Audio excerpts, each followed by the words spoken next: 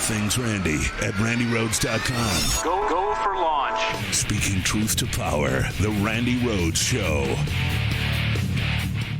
This is not John McCain's Republican Party anymore. This isn't Mitt Romney's Republican Party anymore.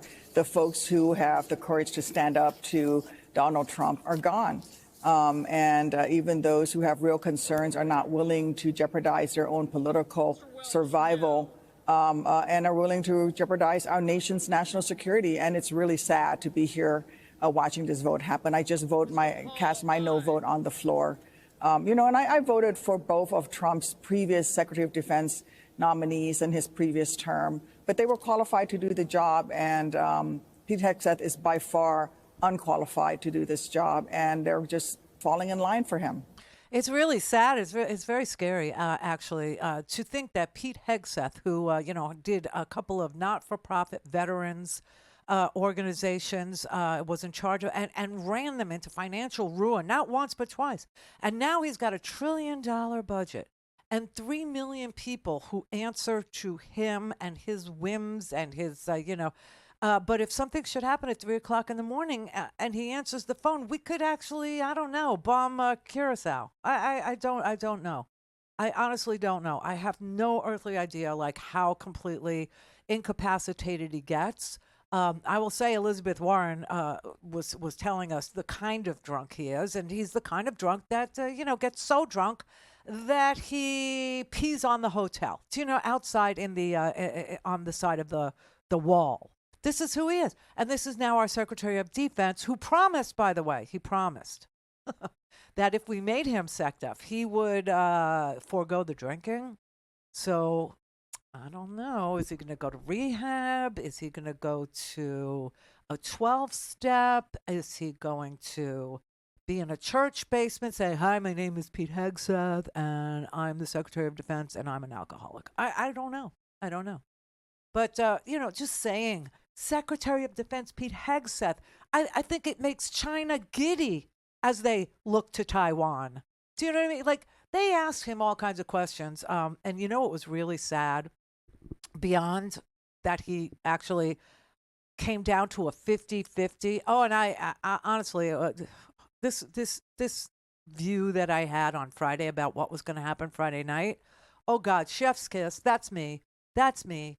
What'd I say? I said Mitch McConnell could grow up a pair because he's not the leader anymore, and maybe he could, just vote his conscience and not vote for Hegseth.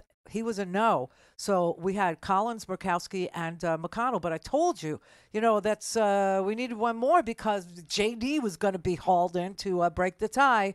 And we needed Tom Tillis because Tom Tillis in North Carolina is a sane Republican. But, Tom Tillis is up for re-election in 2026. And Donald Trump went to North Carolina and literally did it was like a Frankie Five Angels move at the, hearings, at the congressional hearings, where Frank Pantangeli's brother from Italy, who spoke no English, was sat in the gallery, there, so Frankie could see him. And he knew that his brother was a dead man if he didn't recant and say, oh, I just lied to the FBI because they said, they offered me a deal. And I said, Michael Corleone did this and Michael Corleone did that. Yeah, sure. Right? So that's what Donald Trump did on Friday. He went to North Carolina to survey the damage in Asheville, which is a little blue bubble inside of a, kind of red state. And that was where Helene did its most awesome damage. And he was there like threatening Tom Tillis. It would be a pity if the disaster money didn't come through, wouldn't it? Be a crying shame if something happened to it. Between the Republicans, Kay. Yeah, it was between the Republicans, Kay. I mean, can you just imagine?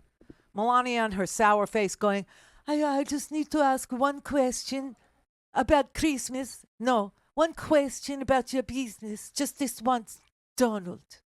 Okay, go ahead. Did you do something to North Carolina? No, it was between the Republicans, Kay. And then he closes the door in her freaking face, right? End of part one. Now we're into part two. So that's what he did, and he sent the message to Tillis that you don't object to Hegseth because you are the vote that could sink his nomination. And so Tillis was so interesting. Whatever he got at the last minute because Yeah, I watched it in real time on C-SPAN. And when they were reading the roll call, they were reading out the names of the 100 senators. And they do it in alphabetical order, so no head shall be higher than anybody else. Nobody should get jelly, right?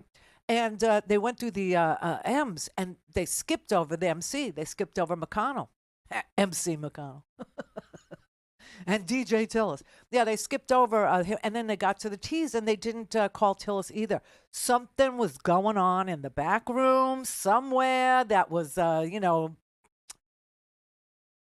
indecent and unholy.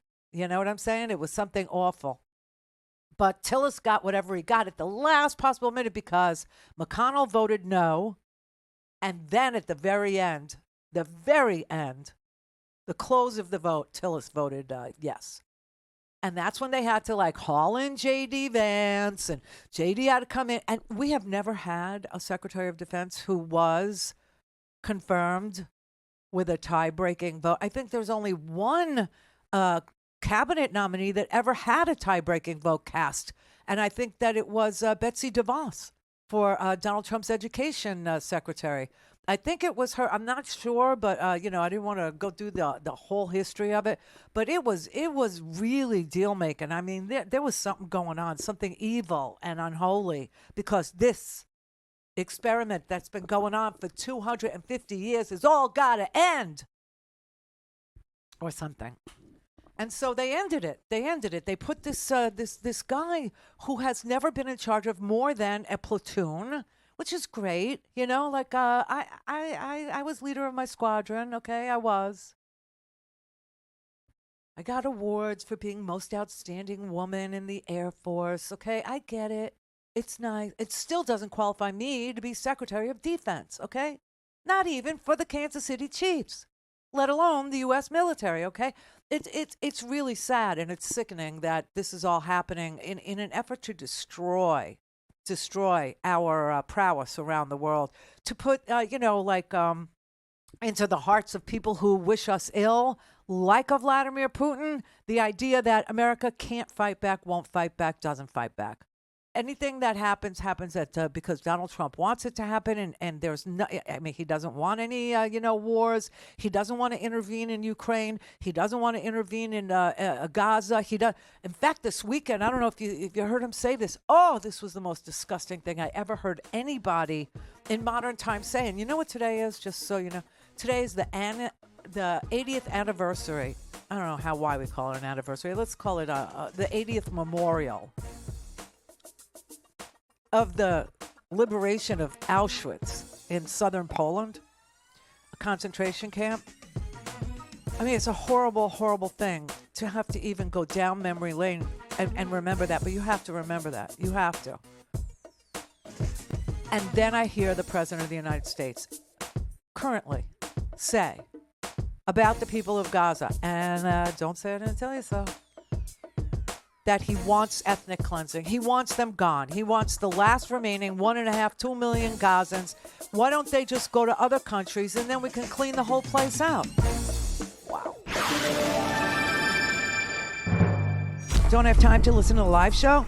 Want to hear more on your schedule? Go to RandiRhodes.com and buy a stinking podcast.